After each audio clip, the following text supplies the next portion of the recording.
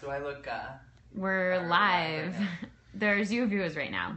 0 viewers? 0 viewers right now. Do I look casual or like uncomfortable? Yeah. Okay, so a couple people are joining. Hi, guys.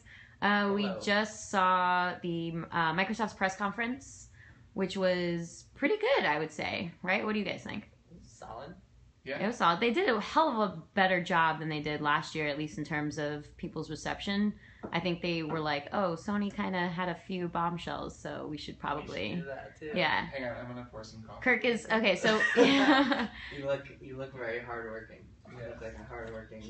We're getting a lot of hellos, so wave hello. We have a bunch of people joining. Hello, Kotaku Yeah. readers. So fancy room service coffee. Yeah, so this is a bit of our war room. Well, this is more Jason and Kirk's war room.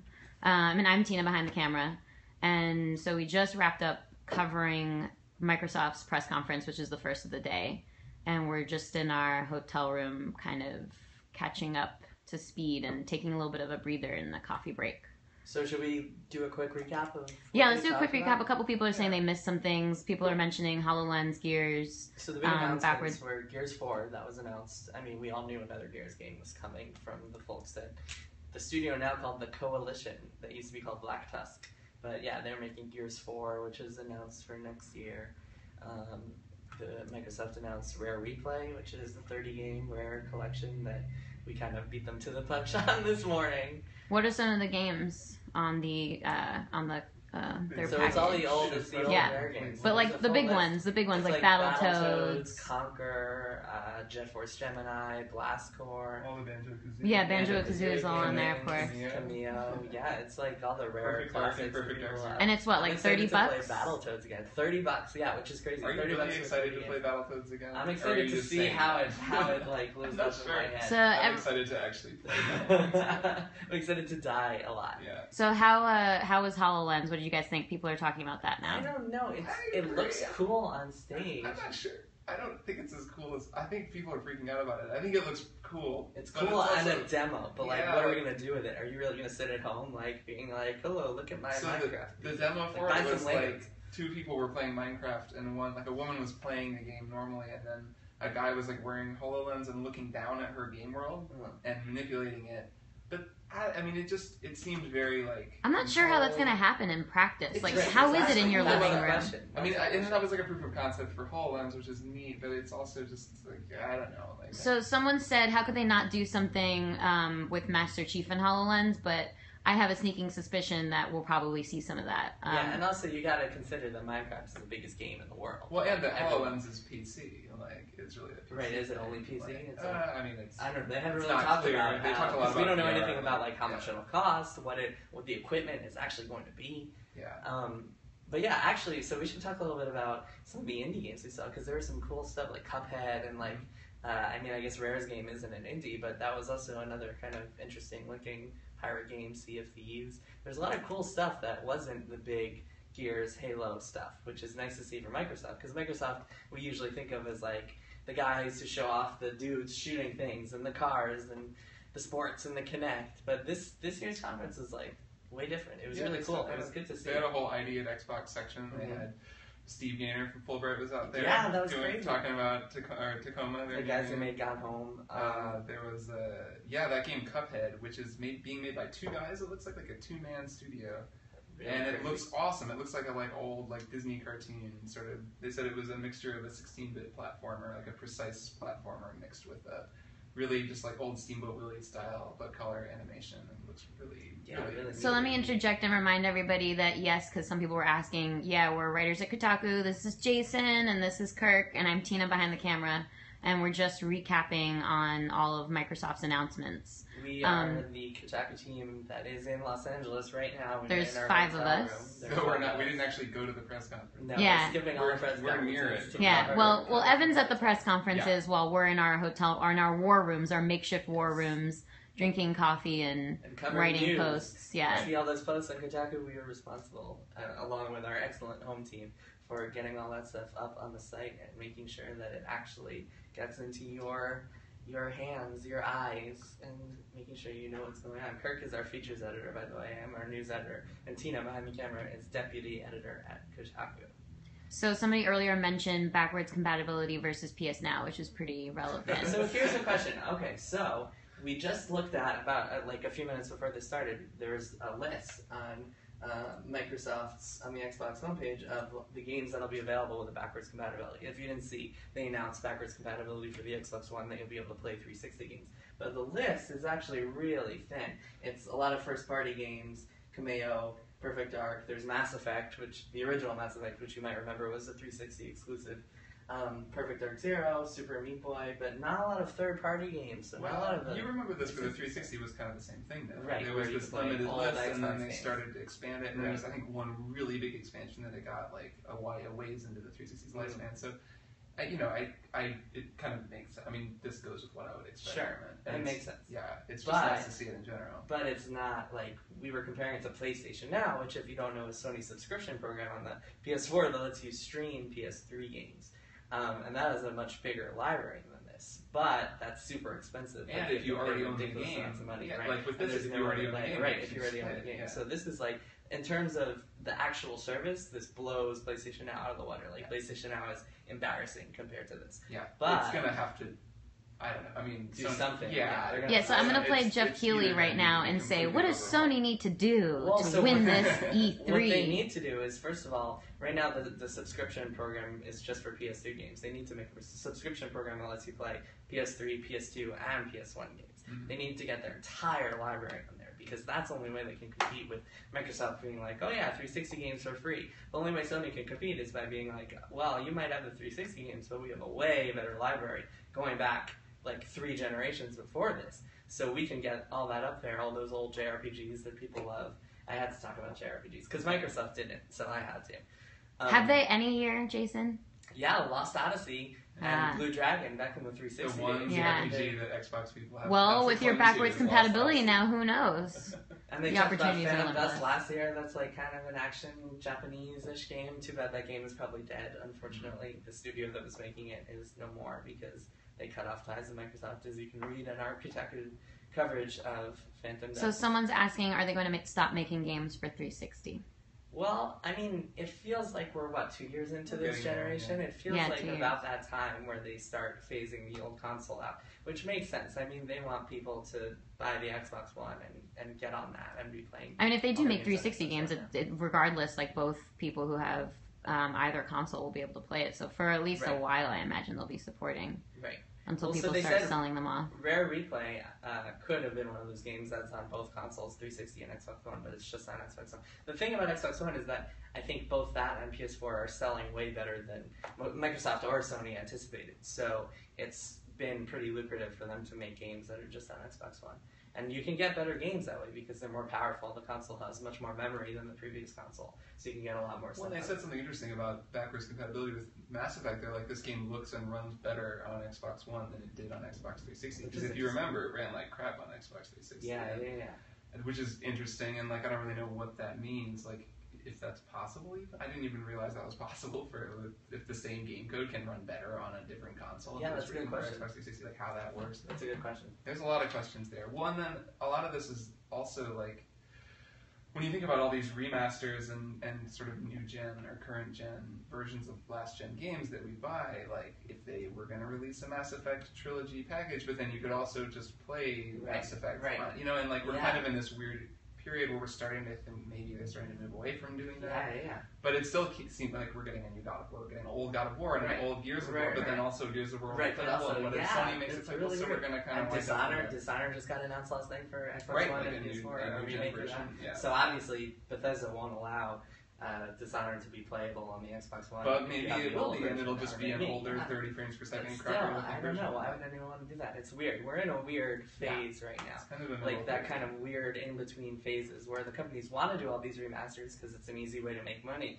You just like take a few months and port something over to the new console. Or however long it takes.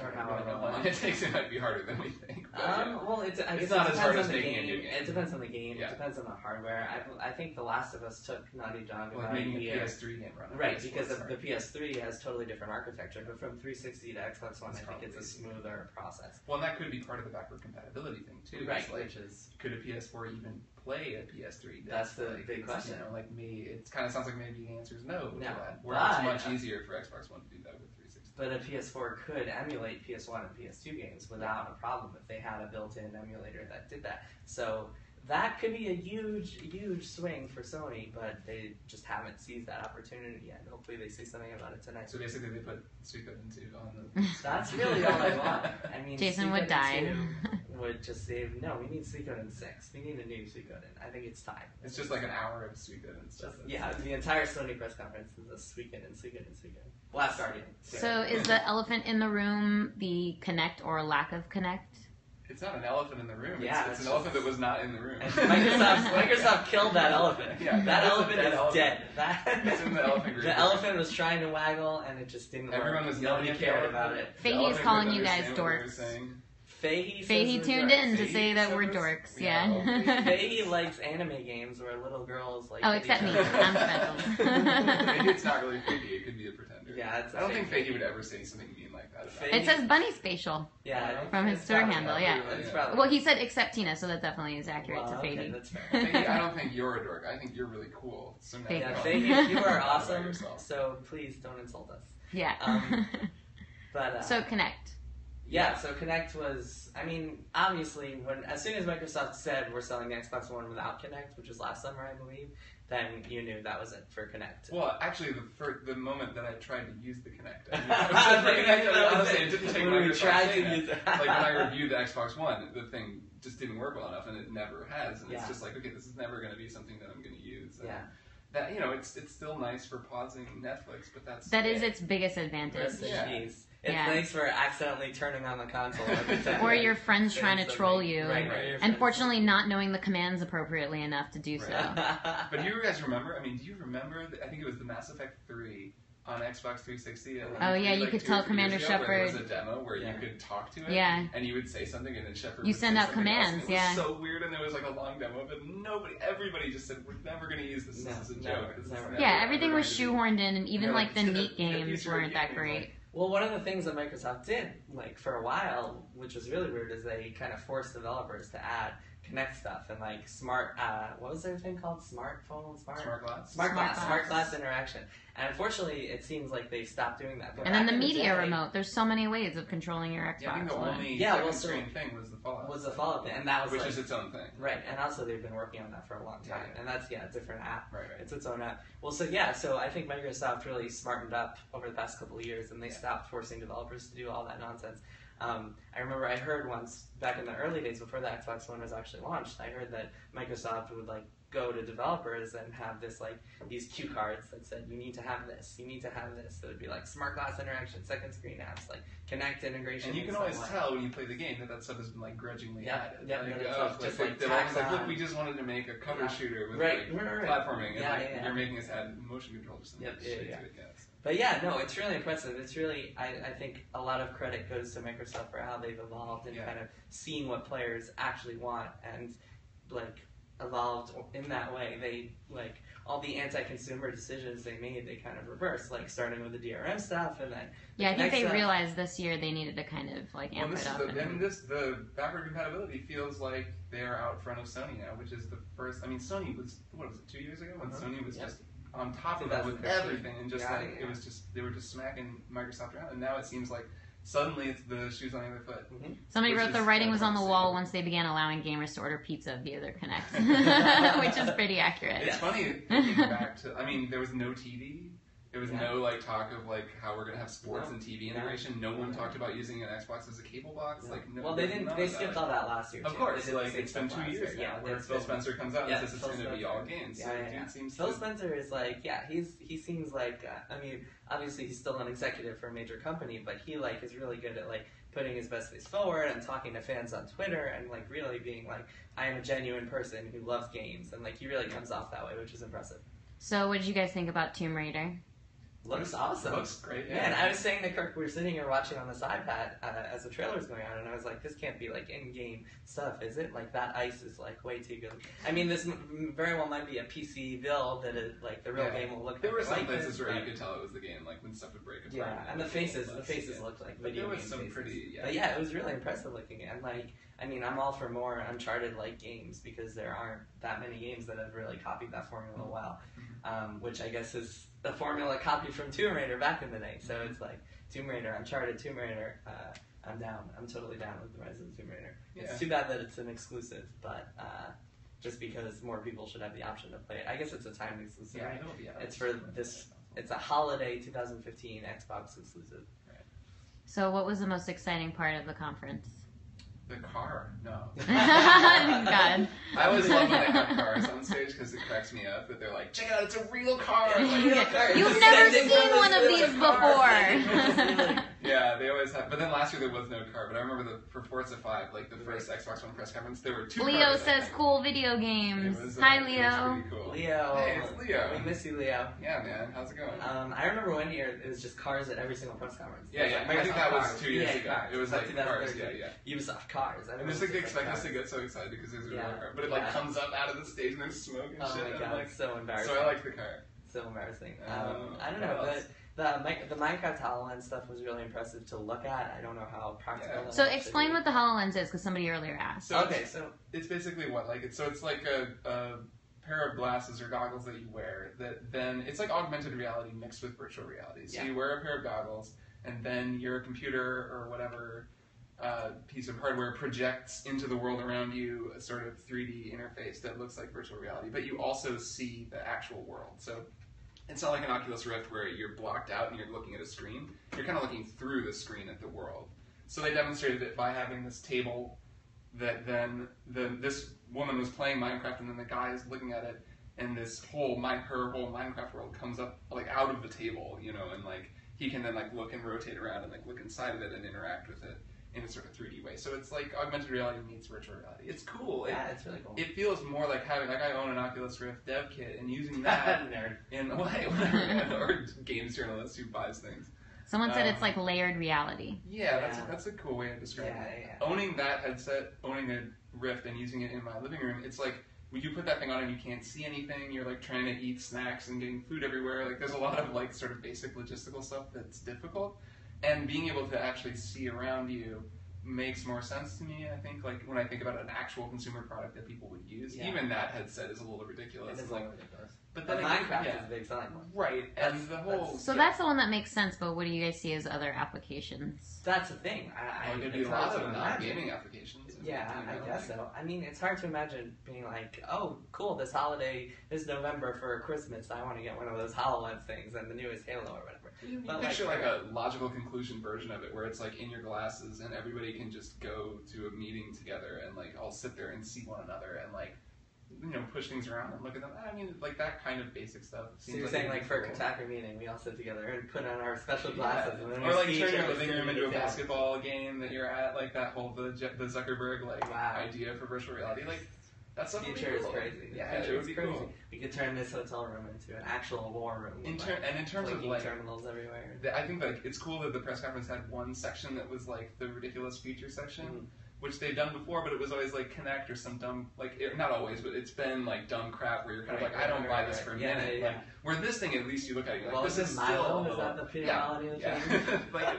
Or like the Connect Sports kids, like playing it, you're just like, this is dumb and no one wants it. At least with this, you look at it and you think like, well, that's pretty cool. Like, I'm not going to buy that this year, but like, that is like... It says it's a lot more, that's a lot more impressive to me than Oculus Rift or Project Morpheus. And easier to demonstrate. That's part of it, is that you just can't demonstrate. It's really hard to demonstrate. Yeah, that's true. But also, I mean, I've played with Rift and not Morpheus, but I played with Rift a lot, a few times, and some of it is impressive. Yeah, I imagine some of it is impressive. There's some impressive stuff. Lucky Sail, the game I saw with you, it was really cool. But like, you get dizzy, and you can't imagine playing it for. At least I can't imagine playing it for a long-term period. There's also nothing hugely fascinating out for it yet. It's all these demos that are like, you see the potential of like Oculus or Project Morpheus right now, but there's nothing like I need to play that or I need to have I that. played like 20, 25 hours of Elite Dangerous using mostly Oculus Rift, and it was pretty damn cool. I mean, it felt like Ready Player One. Wait, how many hours at a time can you play with the others? About an hour, and then take a break. So you can't play more than an hour. And that's the DK2, so it's like a dev kit, so okay. They could make it more. But still, there's definitely a lot of stuff about it where you feel like you're playing an early version, but it does kind of sell when you're the playing idea. video games. I mean, sometimes you play a video game for an hour at a time, but the type of games you would want to play with Oculus Rift are games you would want to spend a few hours at once. Right, of course. Like Elite Dangerous. I don't see that as a problem that they can't get around, like with better technology. In terms of this being a prototype, but you don't want to shut yourself out from that, especially for those of us who live with other people. Well, so you get into this thing where you're wearing a thing that you can see the world around you. First, it lets you move around, which is a huge problem with the Rift. That's why Elite is cool because you're sitting down. But the minute you try to play Half-Life, it makes you want to barf because you're moving, but then you're moving wrong, and then things don't make sense, and your inner ear gets screwed up. And that problem, I don't know how they solve it. I mean, I'm sure there's a way that. With the specially designed games, but having it actually give you a frame of reference in the room where you're looking at the stuff around you, then you're oriented and it's a lot easier. So that technology seems closer to whatever. And then the endpoint of this is 3 levels beyond where we are right now. Right. Someone suggested that maybe there'll be mobile applications. So maybe like a Google Glass kind of thing. There was some on Twitter. Google Glass worked out. I know, because everyone wants to wear one of those in public. If it was just in your glasses and you just look normal, then that would be one day. Yeah, I'm sure it'll happen. So someone wants you guys to talk about the Void. The Void? Yeah. Like void damage in Destiny? What's the No, I believe it's person who's asking about that. I believe it's either a demo or a game for one of these things. The Void, I don't know. Yeah, I don't Project Morpheus or Oculus. I don't know. I've never played it. Yeah, I'm kind of behind on Oculus demos. There's 75 that I haven't downloaded. Well, I think Evan has an appointment to see Morpheus. We should talk a little bit about our appointments. Well, let's talk about the conferences coming up since today's conference day. So EA is next. EA is going to be cool. What are we going to see? They're going to show Star Wars for sure. It's a VR park. Sorry, to go back, because Fahey said he wrote about it. Yeah, sorry, we haven't, but Fahey has. Fahey. Yeah, we've written about it on the site. Dark Fahey. No, Fahey's cool, remember? Oh, sorry, cool guy Fahey. He said that sexy Fahey. Yeah, that's sexy Fahey. Okay, EA. So EA is next. They are starting in an hour on the dot. Which means we should probably end this soon. So let's talk about conferences, and then we'll call this quits for now. Yeah. So it's going to start with Peter Moore is going to come out and make some jokes about Kotaku. Yes. Hopefully. That's usually what we does. missed that last year. That happened before it started. That's what I'm saying. He'll warm up. Yeah. We'll just have to imagine that. Right. We should have Evan ready to record just in the hopes. Yeah. Wait, so actually, what EA is actually going to talk about, Star Wars Battlefront, we're going to see a lot of today. Yeah, talk about Battlefront. Are you guys excited about it? Yeah, that's going to be really cool.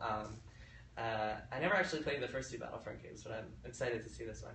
We're going to see Mirror's Edge, Catalyst, which is the next Mirror's Edge game. We're going to see EA Sports stuff. We're going to see... there are definitely going to be some sports stars on stage. There's definitely going to be some sports. Yeah, Richard Sherman will probably be there. Yeah. Need for Speed. Wait, who's the man cover? Oh, somebody says EA announcing 10 new JRPGs for Jason. Thank you. That's exactly what I need. EA JRPG count 10. Every single game, Madden is a JRPG. To make up for everyone else. Didn't you write an article that said that Madden is a JRPG? It's a JRPG. Let's count it. Why not? So yeah, Need for Speed. Need for Speed, we'll see. Mass Effect. Did you see that? So I actually saw EA at Judges Week when I was here in LA a month ago. They had Plants vs. Zombies 2, which just got announced. They had another really cool looking kind of indie-ish game. It's not an indie since it's published by EA, but we will see it. I'm not really supposed to talk about it, but we'll see it in an hour. So that is really cool, and you can look forward to that. What else are we going to see? We might see more than what about Dragon Age DLC? No. Well, maybe. I don't know. I saw someone say that Dragon Age won't be there at all. But Mass Effect could be there. I didn't see anything about Mass Effect this week, but that could be one of their big surprises. The next, it feels like about time. It does feel like time. Something. And they showed barely anything last year. What they show, like concept art? Yeah, last year they talked to the developers. Was like an all-time low for them. Somebody wants to know if there's going to be a new Duck Hunt. Last year was the one where they showed like, here's what we're working on. We have nothing to show yet. There was all this concept. Yeah. It was kind of cool. And it's cool to see that, but they didn't have anything real. And no, what actually showed that, it would have been like, here's what we're doing. Nothing. I mean, EA's lineup wasn't great. Yeah. This year they have a lot more. Oh, and they also have the Visceral Star Wars game. Who's going to be their? Oh, right, that's right. Who's going to be their celebrity? Yeah.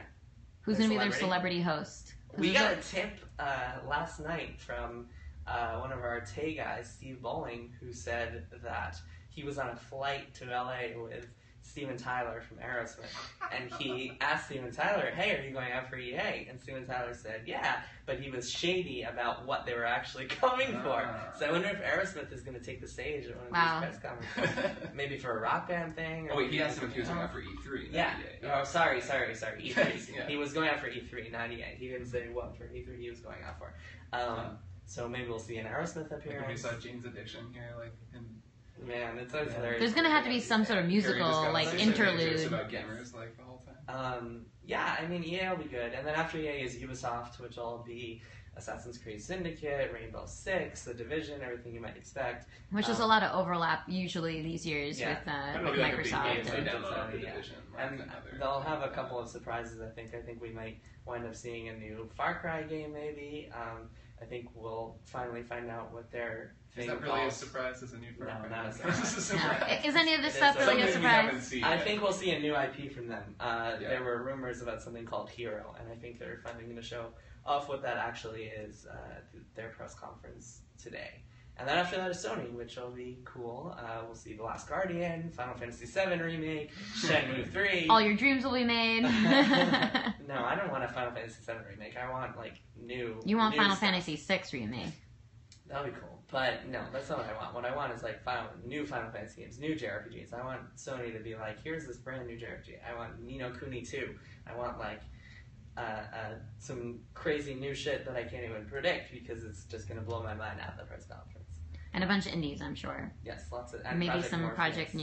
Project Morpheus stuff. And then tomorrow is Nintendo, which will be the usual Mario Maker, the Yoshi game. What else are they going to talk about? They're not going to talk about the new Zelda, they've said, the one that got delayed from this year to next year. So that could be all sorts of things at Nintendo. And then afterwards is Square Enix, which will be more Tomb Raider. What else? Deus Ex. We'll definitely see maybe some Final Fantasy action. Could be something new. Cool. That's Square Enix. I hope so. I hope they have some cool new JRPGs. We'll probably see Star Ocean, which isn't officially announced for the West, but like it's most likely coming here because it's a big franchise of theirs. Star Ocean 5 they announced in Japan the other month.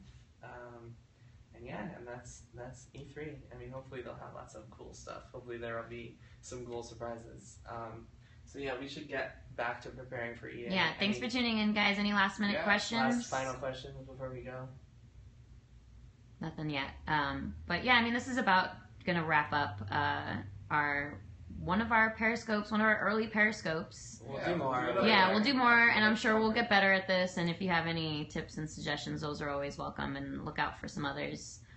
Maybe we'll revisit, post some of the other conferences if we get some time. See how they did. All right, thanks, guys. All right, bye, guys. See ya.